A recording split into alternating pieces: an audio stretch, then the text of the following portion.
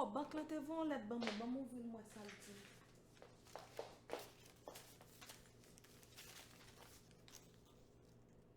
Oh, papa gen comme sous cané. Oh, côté comme la fait m'a besoin de les banques là parce que banque là voye dire que m'pas gen good sous cané. M'a besoin de les banques là.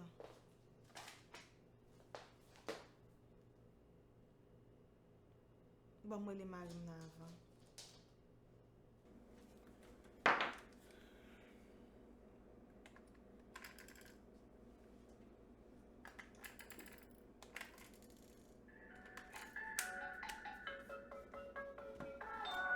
Fuck. Hello? Moi se voit une lettre de banque là, li dit comme ça que pas gen comme sous cané même. Ça passe. Qui qu'on va parler? Comme sous Kanea? Ya, cané a pas gon good même. Et m'pa retirer comme sous cané a. Ou yo di pa gen? Ah, ba konen. Yeah, I don't know. Obligé checker pour ouais. Parce que lettre là ti pas gon good. Ba konen de transfer Western Union sou Kani. Ba kon bagay sa yo. Men bom do, jisre le yo gade sa yo di. En apre sa wa jisre le m wa dim sa yo di. Eh bien, ok. Oh, on va dépenser comme. Et then banque là veut dire pas gon good sous cané a.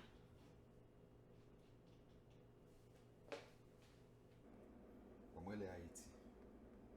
Fok e gen ta fe bagay yo avan fi avin konen.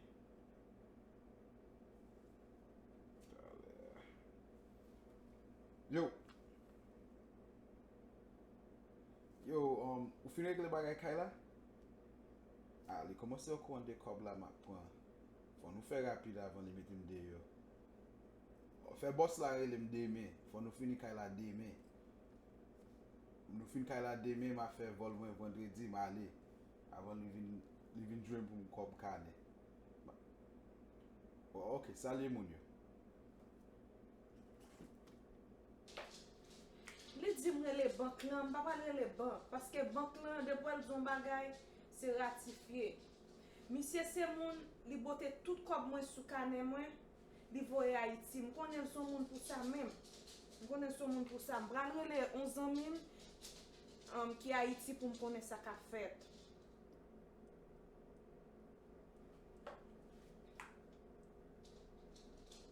Allô Likne, ça qu'a fait? E bon m'djon bagay. M'te gon kob sou on kane. Bank la voye di m kon sa ke m pa gon gout sou kane. Me kane a si ansama avèk mesi marye a ke mwen gen. Si m pa retire kob, ki eski retire? Esko wè misye gen kek bagay la pregle Haiti? Ki so dim la bati kay preske fini? Ou kwa se non kou kon sa m ta pran un vagabond haïtien?